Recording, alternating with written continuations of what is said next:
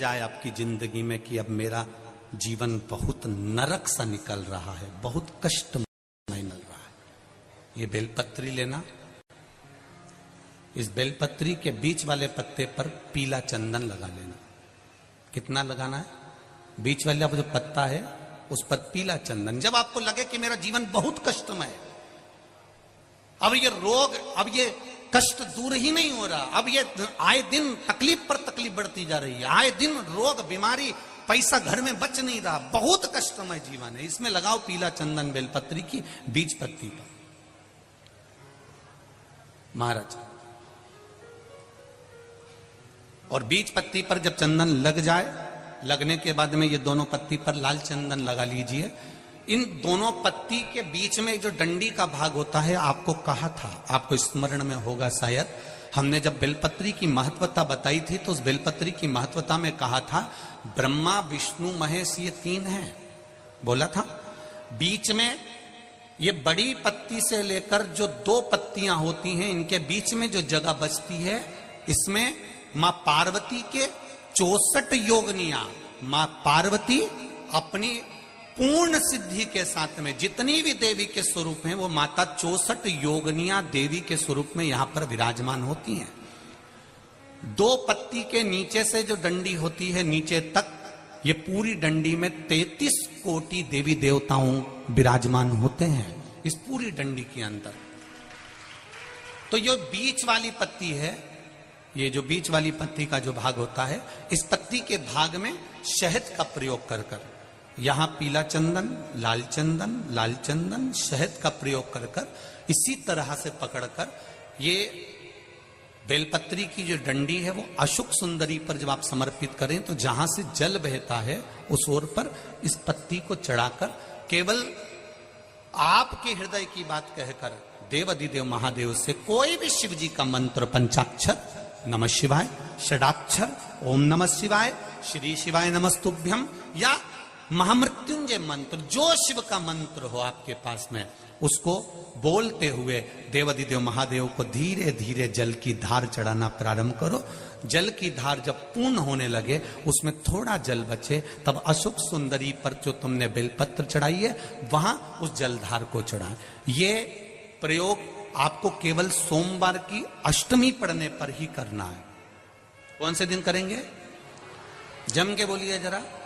सोमवार की अष्टमी पढ़ने पर यह प्रयोग करें और जल चढ़ाकर बाबा से विनती कर कर उसी बेलपत्र को वापस उठाकर कहीं जलाशय में या किसी पेड़ के नीचे विसर्जन कर दें और एक लोटा जल वहां भी चढ़ा दें। बस निवेदन कर कर आ जाइए, मेरा बाबा 3 माह के अंदर हाथ जरूर पकड़ेगा और आपको दलदल से बाहर निकाल देगा।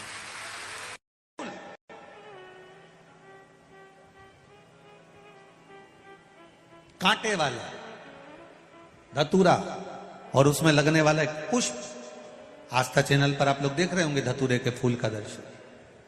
धतूरा और धतूरे का पुष्प, छोटा सा पौधा है, ज्यादा बड़ा नहीं है, कांटा लग रहा है, धतूरा लग रहा है, और उसमें भी साधारण धतूरा नहीं, जिस धतूरे के नीचे की डंडी लाल कलर की होती है, अगर वो सोमवार की अष्टमी को देवाधिदेव महादेव को समर्पित करी जाती है तो उसके घर में कभी संपदा की कमी नहीं होती है। वो धतूरा है, साधारण नहीं है। धतूरे में भी लाल डंडी, जैसे धतूरा गोल होता है उसके नीचे एक छोटी सी डंडी, देखा है आप लोगों ने? अरे देखी कि नहीं देखी बोलो? धतूरा देखा है ना? धतूरे के अंदर एक नीचे छोटी सी डंडी होती है, जब तोड़ोगे तो वो डंडी का कलर अगर लाल है, वो डंडी का कलर अगर लाल है, और कभी हम तो कहेंगे जैसे बड़ी बीमारी जिसको हो जाती है, लीवर, किडनी, कैंसर आदि आदि बड़ी बीमारियों से जो जूझ रहा होता है, प्रयास करो, प्रयास महामृत्युंजय का जाप कर कर, महामृत्युंजय का स्मरण कर कर, एक लाल डंडी का धतूरा प्रयास करना। एक धतूरा मिल जाए या 5 धतूरे मिल जाए किसी भी एकांतेश्वर महादेव पर, जो शिव मंदिर एकांत में हो, जहां कोई जाता आता नहीं हो। वैसे तो अब बहुत मुश्किल है कि ऐसा मंदिर मिल जाए जहां कोई जाता आता नहीं हो, पहले की बात दूसरी है, अब बात दूसरी है। फिर भी कहीं आप रोड पे से निकल रहे हो, एकांतेश्वर महादेव अगर आपका दिख जाए, बहुत बीमारियों से ग्रसित हो, तो भी महामृत्युंजय जाप का स्मरण कर कर या किसी विद्वत ब्राह्मण जन से महामृत्युंजय मंत्र का जाप कराकर या भगवान शिव के मंत्र का जाप स्वयं कर कर वो भी ना बने तो पंचाक्षर मंत्र नमः शिवाय, षडाक्षर मंत्र ओम नमः शिवाय या श्री शिवाय नमस्तुभ्यम जप कर वो लाल डंडी का धतूरा 5 एकांतेश्वर महादेव को आप समर्पित कर सकते हो। रोग थम जाएगा, जो दवाई खाओगे वो शरीर को लगना प्रारंभ हो जाएगी और आप स्वस्थ होना प्रारंभ हो जाएंगे। अगर बड़ा रोग है और नहीं हो रहा काम, बहुत दिनों से लगे हो नहीं हो रहा, हरा मूंग ले जाओ, मूंग के दाने तो रहते हैं घर में, केवल 31 मूंग के दाने लेकर जाइए, 31 चावल के दाने लेकर जाइए और 31 ही बेलपत्र लेकर जाइए। जिस दिन सोमवार की अष्टमी हो, कौन से दिन? सोमवार की अष्टमी हो, उस दिन शंकर जी के मंदिर में जाओ, 3 चीज लेकर जाओ, मूंग के दाने, चावल, बेलपत्र। चावल जो 31 लेकर गए हो, अपनी कामना कर कर शंकर जी की देहली पर रख दो, चौखट पर कहीं पर भी एकांत में उसको रख दिया जाए। मूंग के जो दाने लेकर गए हो 31, वो नंदी के पास में, जो नंदी का पांव ऊंचा रहता है उस पांव के पास रख दीजिए। और जो 31 बेलपत्र लेकर गए हो, वो 31 बेलपत्र अशोक सुंदरी वाली जो जगह है, आपको पहले बताया है कथा में, अशोक सुंदरी जी का स्थान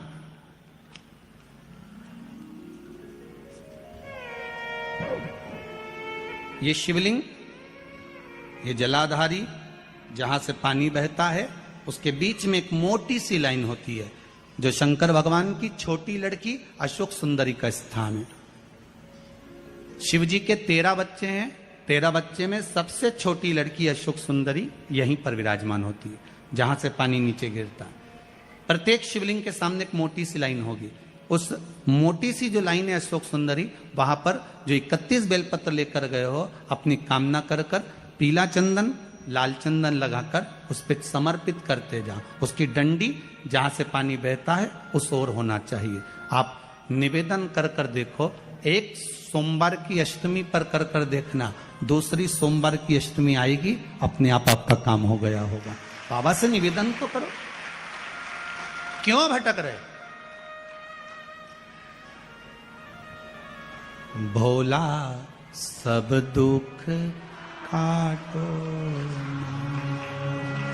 शिव शंकर जपो तेरी माला, भोले बाबा जपो तेरी माला, भोला सब दुख काटो, ओ भोला सब दुख काटो। आप उससे निवेदन करेंगे, प्राप्त होगा। शिव तत्व में जो सुख है वो सुख कहीं नहीं।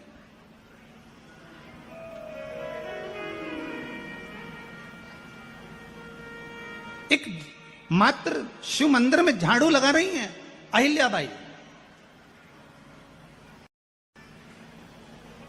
साधारण सा भाव है, केवल एक झाड़ू।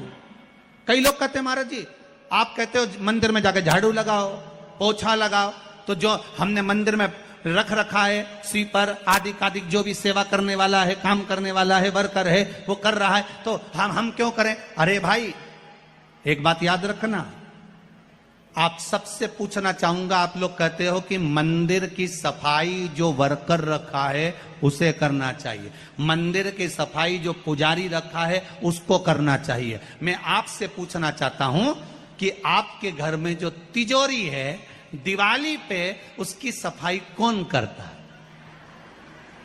नौकर करता है? अरे बोलते तो जाओ। नौकर करेगा? नहीं। वर्कर करेगा? नहीं। स्वीपर करेगा? नहीं।